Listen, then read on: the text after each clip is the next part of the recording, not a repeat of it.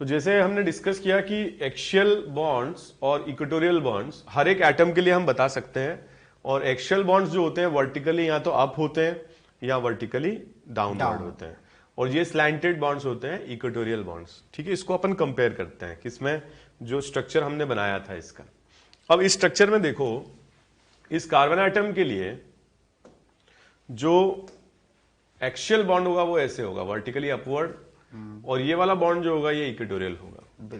जो पीछे वाला कार्बन एटम है उसके लिए एक्सियल होगा और ये इक्वेटोरियल होगा। सिमिलरली इस कार्बन एटम के लिए वर्टिकली अपवर्ड ये एक्सियल होगा और ये इक्वेटोरियल होगा। सिमिलरली पीछे वाले एटम के लिए ये एक्सियल होगा और ये इक्वेटोरियल होगा। तो आप बहुत सारे बच्चे बोलेंगे कि सर फिर इससे ही हमें एक्सियल इक्वेटोरियल समझ में आ रहा है, तो ये क्यों बनाया? इसमें हमें इन दोनों अल्फा और बीटा के बारे में इंफॉर्मेशन नहीं मिल रही है जो हमें साइक्लोहेक्सेन चेयर फॉर्म से मिल पा रही है।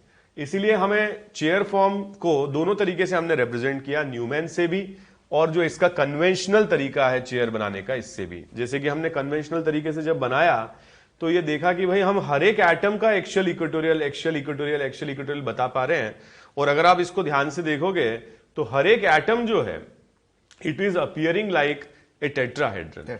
जैसे मान लो यहां पर आप देखोगे तो ये चारों बॉन्ड्स जो अपियर हो रहे हैं टेट्राहेड्रन है, ये जो चारों बॉन्ड्स अपियर हो रहे हैं ये टेट्राहेड्रन है। ठीक है, ये चारों बॉन्ड्स टेट्राहेड्रन है, ये चारों बॉन्ड्स टेट्राहेड्रन है, ये तो इस तरीके से हम हर एक एटम को हम जब रिप्रेजेंट करते हैं कन्वेंशनल तरीके से तो it appears like a tetrahedron.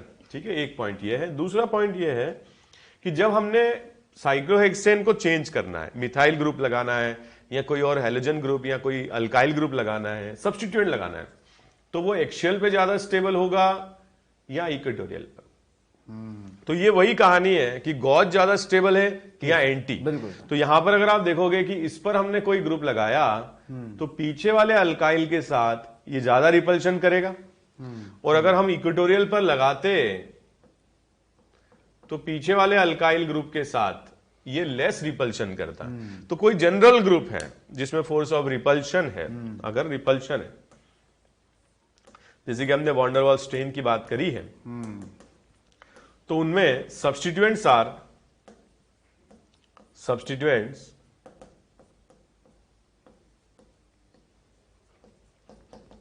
Are more stable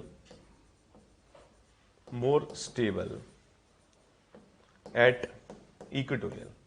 ठीक है, तो इक्वेटोरियल पर अगर आप मिथाइल लगाओगे एक्सियल पर और दूसरे मॉलिक्यूल में मिथाइल लगाओगे इक्वेटोरियल पर, तो वो जिसमें इक्वेटोरियल लगा होगा वो ज्यादा स्टेबल होगा क्योंकि उसमें लेस रिपल्शन होगा।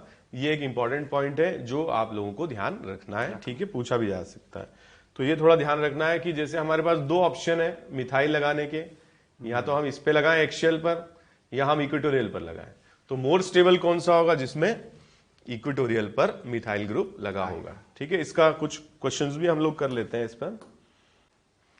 तो जैसे कि कुछ एक दो बात और इस पे अपन करें कि हमारे पास अगर ये कंपाउंड है साइक्लोहेक्सेन चेयर फॉर्म,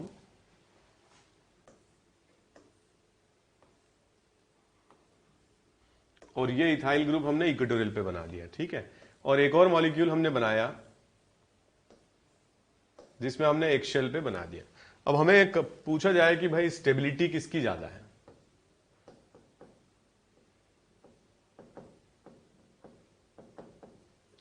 तो स्टेबिलिटी इसमें, क्योंकि ये इक्वेटोरियल है जैसे कि हमने बात करी, ये एक्सियल है, तो स्टेबिलिटी ज्यादा होगी जिसमें जो साइड चेन है सब्स्टिट्यूएंट है वो इक्वेटोरियल पोजीशन पर है। ठीक है, ऐसे मल्टीपल साइड चेन वाले क्वेश्चंस भी पूछे जा सकते हैं।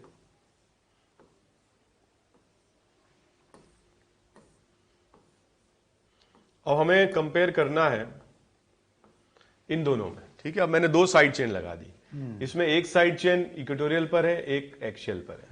सिमिलरली यहां पे एक्सियल पर है, इक्वेटोरियल पर। अब हमें स्टेबिलिटी कंपेयर करनी है जी।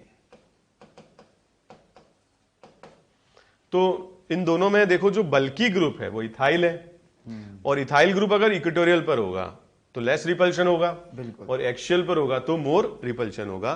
तो स्टेबिलिटी ज्यादा होगी जब बल्कि ग्रुप इक्वेटोरियल पर होगा। ठीक है, तो इस तरह से हम कंपेयर कर सकते हैं। कुछ स्टूडेंट के दिमाग में क्वेश्चन आ सकता है कि सर यहां पर भी एक एक्शियल एक इक्वेटोरियल, एक एक्शियल एक इक्वेटोरियल, तो कैसे कंपेयर करें?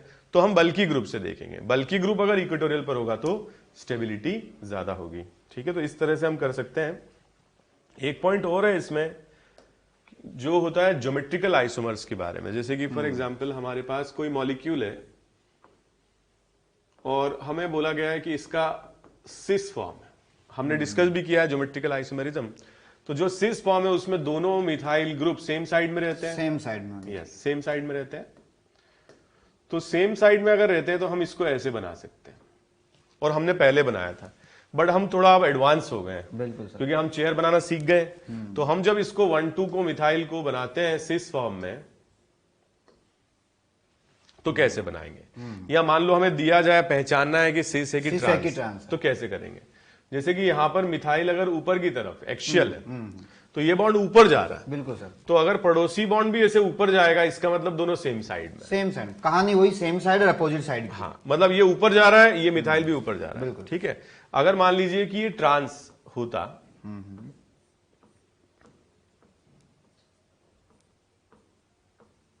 तो इसमें एक मिथाइल ऊपर जा रहा है और एक नीचे जा रहा है। तो इसको बहुत अच्छे से समझ सकते हैं हम।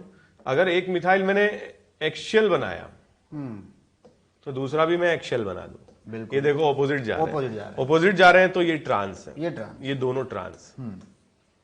तो ये हमें समझना आना चाहिए कि ज्योमेट्रिकल आइसोमर सिस है या ट्रांस है। एक दो क्वेश्चन और करते हैं इसके बारे में। जैसे कि अगर हमें क्वेश्चन दिया जाए, आपको पहचानना है कि ये सिस है या ट्रांस है, ये दिया जाए। अब आप देखो कि ये भी इक्वेटोरियल है और ये भी इक्वेटोरियल है। ये बॉन्ड ऐसे नीचे जा रहा है, ऊपर वाला 1 वाला, और ये जो 2 वाला जो बॉन्ड है ये ऐसे ऊपर जा रहा है, ऑपोजिट डायरेक्शन में जा रहे हैं, ऑपोजिट डायरेक्शन में जा रहे हैं। तो इसको हम क्या बोलेंगे? ट्रांस बोलेंगे। बिल्कुल इस तरीके से। ठीक है, एक और तरीका, एक और क्वेश्चन देख लेते हैं, लास्ट है, फिर आप लोग खुद से जैसे क्वेश्चंस आए तो आप लोग कर पाएंगे। मान लीजिए कि ये दिया जाए, अब ये भी इक्वेटोरियल है और ये भी इक्वेटोरियल है।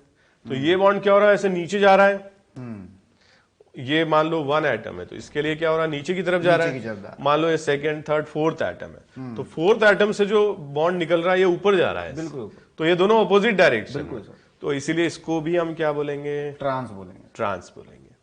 तो इस तरह से हम ज्योमेट्रिकल आइसोमेरिज्म का आइडिया ले सकते हैं। ठीक है, अब हम नेक्स्ट बात वही आ गई। सेम साइड जा रहे हैं, चाहे डाउनवर्ड जाएं चाहे अपवर्ड जाएं, तो सिस है। अगर ऑपोजिट जा रहे हैं तो वो ट्रांस। Yes sir.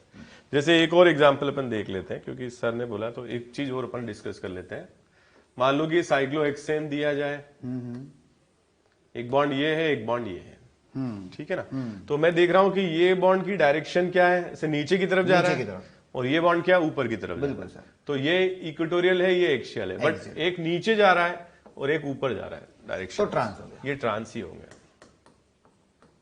और ऐसा कोई स्ट्रक्चर यहां पे दिया रहता,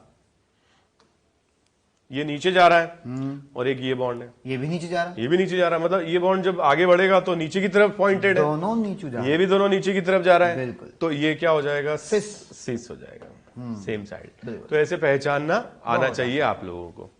ओके, तो axial equatorial bonds in chair form के बारे में हमने बातचीत करी। एक्शियल बॉन्ड बनाने के लिए एक अबाउ द प्लेन, फिर बिलो द प्लेन। एक अबाउ द प्लेन है तो पास वाला बिलो, फिर पास वाला अबाउ, फिर बिलो, इस तरह से बनाते हैं। इक्वेटोरियल बॉन्ड्स हमने बनाए स्लैंटेड, और ये स्ट्रक्चर मैंने आपको अच्छे से समझा दिया कि एक्शियल बॉन्ड्स और इक्वेटोरियल बॉन्ड्स एक साथ, एक्सियल और इक्विटल दोनों एक साथ बना दिए थे। ठीक है, तो ये हमने अच्छे से डिस्कस कर लिया। तो बच्चों, चेयर फॉर्म अच्छे से समझने के बाद नेक्स्ट जो कंफर्मेशन आती है साइक्लोहेक्सेन की, उसका नाम है बॉट फॉर्म। और मुझे ऐसा लगता है कि बचपन में, यानी आपके बचपन में आपने बहुत बॉट बनाई होगी। yes, sir. और खूब पानी के अंदर मस्ती तो करी ही होगी। यही है आपकी बॉट, और बिल्कुल बॉट ऐसे ही बिल्कुल सेम फीलिंग भी आती है। तो अभी थोड़ी देर पहले जब सर ने समझाया था तो चेयर फॉर्म सर आपने बिल्कुल यही बताई थी सर। yes, sir. बैठना नहीं है, तो ये चेयर फॉर्म है। बिल्कुल अपन ऐसे कर देंगे तो भी चेयर है, यूं करेंगे तो भी ये चेयर फॉर्म है। इस चेयर फॉर्म को अगर अपन यहां से ऐसे ले जाएं, इस वाले कार्बन को ये गया आई से, तो ये बन गई आपकी बोट। बोट फॉर्म बन गई। Yes sir. यहां से देखो आराम से मचक के, तो ये तो है आपकी बोट फॉर्म। अगर बोट फॉर्म की बात करें तो ये कार्बन यहां रखें हाथ पे अपन, तो ये कार्बन और ये कार्बन, चारों कार्बन एक प्लेन में है, नीचे वाले प्लेन। ये कार्बन ऊपर की तरफ है और ये कार्बन भी ऊपर है। कौन सा हो गया? 1 वाला हो गया, और ये वाला कौन सा हो गया? 4 वाला हो गया। तो इसको बोलते हैं बोट। अब बोट क्यों बोलते हैं? क्योंकि बोट जैसी फीलिंग आती है इसके अंदर, तो इसका नाम क्या हो गया? Boat form. लेकिन जब अपन चेयर फॉर्म की बात कर रहे थे तो बॉन्ड्स बहुत ज्यादा दूर थे, स्टेबल था, टेट्राहेड्रल प्रॉपर आ रहा था। लेकिन जैसे ही ये स्ट्रक्चर बनी, या अगर अपन यहां बात करें, ये ब्लैक और रेड पेन की बात करें, जैसा सर ने बताया कि ये रेड वाला तो क्या हो गया सर? एक्सियल हो गया, और ये वाला क्या हो गया आपका? ब्लैक वाला इक्वेटोरियल हो गया। लेकिन जब ये बोट फॉर्म के लिए ऊपर की तरफ जाएगा तो ये जो बॉन्ड इधर जा रहा था वो इधर आएगा, यानी ये इधर जा रहा है, और इसके जो बॉन्ड होंगे वो ऐसे आएंगे, यानी ये दोनों एक दूसरे के नजदीक आ रहे हैं, नजदीकियां बढ़ रही हैं। और हमेशा नजदीकियां सही हो ये जरूरी नहीं है। बोट कन्फर्मेशन में अगर इसको जूम करें, इसका न्यूमान बनाएं, तो कैसे बनेगा? देखो वापिस से तरीका देखो।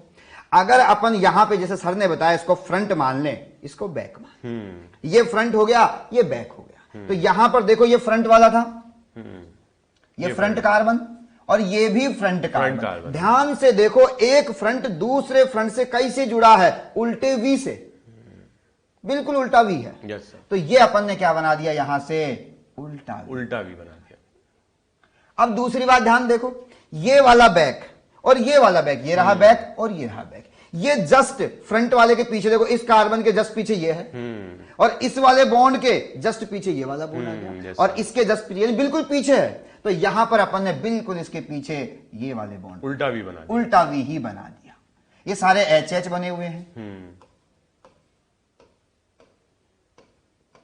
यानी एक बात तो बच्चे के देखते ही समझ में आ गया होगा कि जब सर आपने चेयर बनाया था उसमें स्टैगर्ड की फीलिंग आ रही थी। Yes sir. और यहां पर बॉन्ड के जस्ट पीछे बॉन्ड है, यानी ये क्या है? Eclipse form. तो अगर ये एक्लिप्स बॉन्ड्स हैं या एक्लिप्स फॉर्म है, तो बताओ चेयर फॉर्म ज्यादा स्टेबल होगा कि बोट फॉर्म ज्यादा स्टेबल होगा? बोट फॉर्म में स्टैगर्ड बन रहा था, और यहां पर बोट फॉर्म में इक्लिप्स बन रहा है, और ज्यादा स्टेबल कौन होता है? स्टैगर्ड। Yes, इसका मतलब बोट फॉर्म से, बोट कन्फर्मेशन से ज्यादा स्टेबल चेयर फॉर्म हो रहा है। दूसरी बात सर ने एक बात और करी थी, टॉर्सनल स्ट्रेन वाली। yes, अगर बोट फॉर्म में 4 कार्बन एक प्लेन में आ रहे हैं, तो इनके 4 हाइड्रोजन भी एक प्लेन में आएंगे, यानी उनमें पास में ज्यादा है, तो टॉर्सनल स्ट्रेन ज्यादा होगा, और वंडरवाल रिपल्सन भी होगा। और प्रॉपर यहां पर जैसे ये पास में आएंगे 2 एच, इसका कहां आएगा? इसका इधर आएगा, और इसका इधर आएगा। तो ये दोनों एच एक दूसरे के नजदीक आएंगे, तो एक रिपल्सन होगा, और उस रिपल्सन को फ्लैग पोल रिपल्सन भी बोलते हैं। झंडा ऊंचा रहे हमारा, जैसे हिंदुस्तान का झंडा इस तरीके से मूव करता रहता है हवा के अंदर, उसी तरीके से जब ये दोनों एच एक दूसरे के नजदीक आते हैं तो हल्का फुल्का रिपेल करते हैं, तो थोड़ा सा मूवमेंट करते हैं। उसी वजह से इनको क्या बोल देते हैं? फ्लैगपोल हाइड्रोजन भी बोल देते हैं, या एक तरीके से बोल देते हैं फ्लैगपोल हाइड्रोजन के बीच में हल्का सा रिपल्सन है, जिसकी वजह से भी इनकी स्टेबिलिटी क्या होती है? कम होती है। तो ओवरऑल हम ये बात बताना चाहते हैं कि boat conformation is less stable than chair conformation. ये पहली बात। अगर और बात करें अपने यहां पे कि क्यों है ये बोट कन्फर्मेशन चेयर से लेस स्टेबल, तो एक रीजन तो फ्लैगपोल हाइड्रोजन भी है। तो अगर ये फ्लैगपोल हाइड्रोजन सर बिल्कुल एक दूसरे के पास में अगर आ रहे हैं, तो अगर मैं इस स्ट्रक्चर को थोड़ा सा ट्विस्ट कर दूं, अगर यहां पे देखो, यहां तो बिल्कुल पास में आ रहे हैं, एक इधर आ रहा है और एक इधर आ रहा है, ऐसे देखो आराम से, ये ऐसे आ रहे हैं। अगर ये पास में आ रहे हैं तो रिपेल करेंगे एक दूसरे को, पर अगर मैं इस बोट फॉर्म को हल्का सा ट्विस्ट कर दूं, तो दोनों एच एक दूसरे से थोड़ा सा दूर चले जाएंगे। दूर जाएंगे तो रिपल्सन कम हो जाएगा। और ये जो ट्विस्ट अपन कर रहे हैं, इसी को नाम देते हैं ट्विस्टेड बोट स्ट्रक्चर। इससे फायदा क्या होगा कि ये दोनों एच दूर हो जाएंगे, रिपल्सन कम होगा। दूसरी बात, जब बोट फॉर्म बेटा बनती है तो 4 एच भी एक ही प्लेन में थे, ये भी क्या होते हैं? थोड़े से दूर हो जाते हैं, यानी जो ट्विस्ट बोट फॉर्म होगी वो इससे ज्यादा स्टेबल होगी। तो अगर अपन चले नेक्स्ट ट्विस्ट बोट की तरफ, ओहो बन भी गया। तो ट्विस्ट बोट में क्या खास बात हुई, वापस से अगर अपन यहां बोट फॉर्म एक बार अगर लिखें,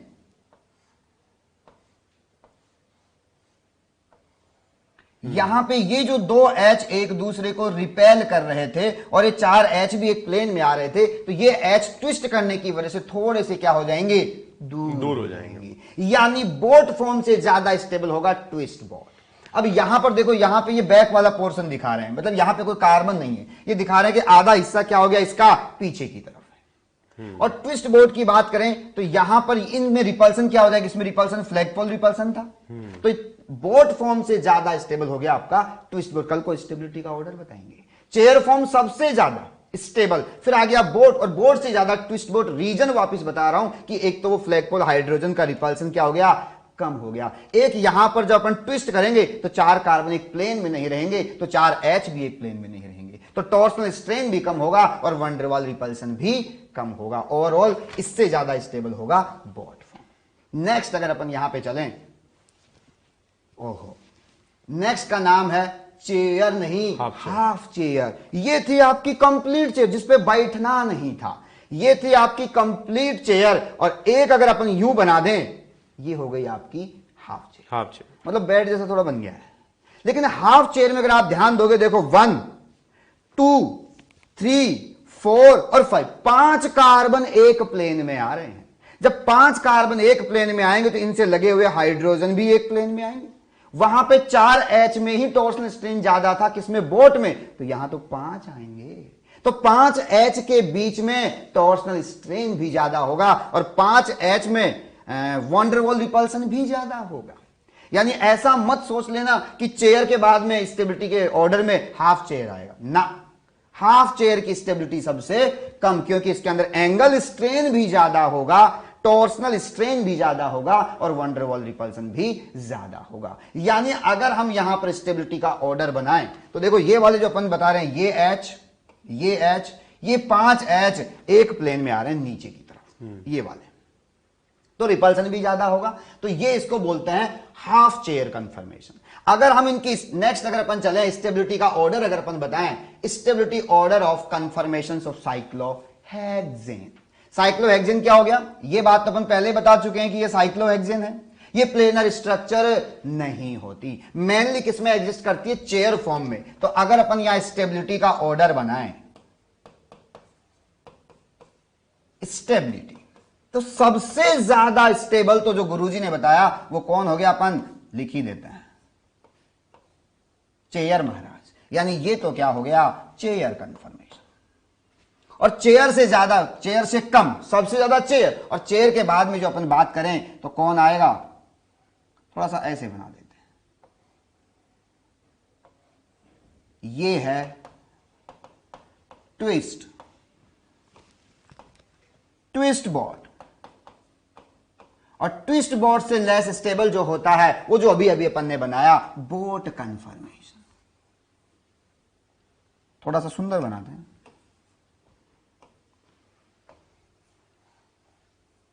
बोट कन। और सबसे लीस्ट स्टेबल, सबसे कम स्टेबल जो था अभी जो अपन ने बात की, कौन सा गुरुजी, half chair. Yes sir, half chair, half chair. सबसे कम स्टेबल हाफ चेयर है, सबसे ज्यादा स्टेबल चेयर फॉर्म है। सबसे ज्यादा चेयर, फिर ट्विस्ट बोट, फिर बोट। बोट से ज्यादा स्टेबल ट्विस्ट बोट क्यों थी, बताया था, फ्लैगपोल हाइड्रोजन वाला और टॉर्सनल स्ट्रेन वाला भी रीजन था। तो ये था इनके स्टेबिलिटी का ऑर्डर, जो कि आपको याद होना चाहिए। यानी साइक्लोहेक्सेन मेनली किसमें एग्जिस्ट करेगा, चेयर फॉर्म में। कल को अगर वो स्टेबल कंफर्मेशन बनाने के लिए भी कहे तो हमेशा मेन ध्यान अपना क्या होना चाहिए, जनरली यही ज्यादा स्टेबल होता है। तो अगर अपन उसके कुछ और क्वेश्चंस करें, नेक्स्ट अगर अपन चलें स्टेबिलिटी ऑर्डर के बाद में, तो यहां पे और चीज बताते हैं आपको, स्टेबिलिटी के ही रेस्पेक्ट में बताएंगे, रिंग फ्लिपिंग। अगर रिंग फ्लिपिंग की बात करें, क्या होता है रिंग फ्लिपिंग, ये अपन ने बनाया एक चेयर फॉर्म, और यहां चेयर फॉर्म पे मैंने एक वैलेंसी बनाई जो कि इक्विटोरियल है, उसको थोड़ा ऐसे रिप्रेजेंट कर दिया मैंने, और इसको बना दिया एक्सियल। ये एक्सियल है, ये इक्विटोरियल। रूम टेम्परेचर पे क्या होता है कि ये जो चेयर फॉर्म है एक दूसरी चेयर फॉर्म में कन्वर्ट हो जाती है। थोड़ा सा सुंदर नहीं बना सर?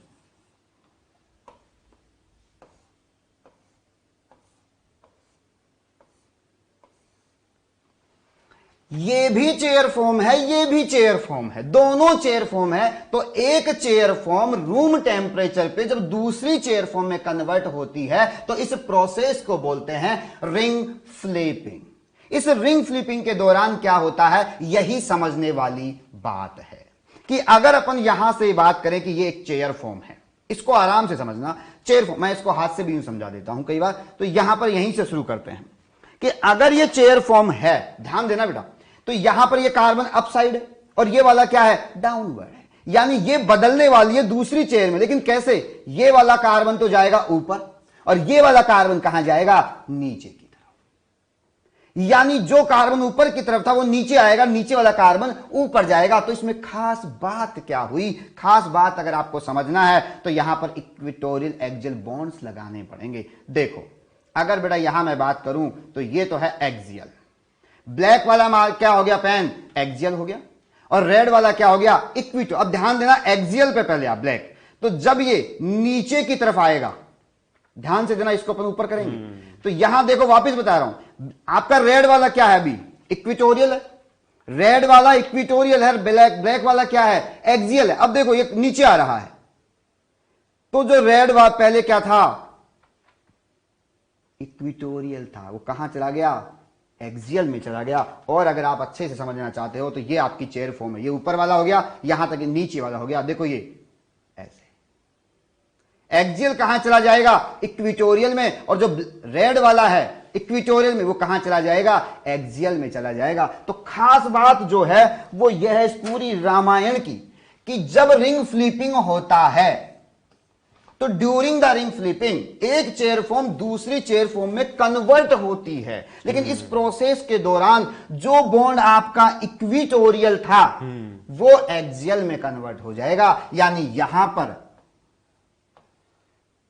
ऐसे लिखूंगा, ये वाला जो अपन ने स्फेयर में बनाया था ये एक्सियल में कन्वर्ट हो चुका, और ये ट्रायंगल वाला जो ग्रुप बनाया था ये किस में कन्वर्ट हो चुका, इक्विटोरियल। अब ये केवल इसी जगह नहीं होगा, काम की बात वापिस सुनो कि during the ring flipping all axial bonds, जितने भी एक्सियल बॉन्ड्स होंगे वो सारे के सारे कन्वर्ट किस में हो जाएंगे, इक्विटोरियल में। And equatorial bonds are convert into axial bond during the ring flipping, all axial bonds are convert into equatorial bond and vice वर्सा।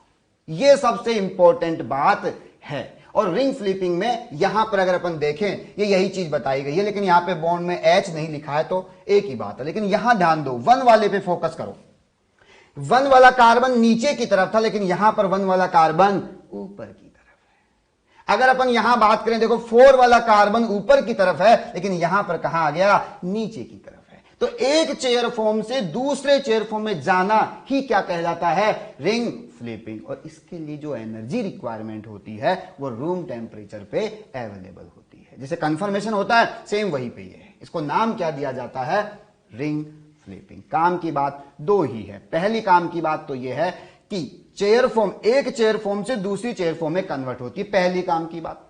और सबसे ज्यादा काम की बात, during the ring flipping all axial bonds are convert into equatorial bond and equatorial bonds are convert into axial bond। अब इसके कुछ लेंगे अपन एग्जाम्पल।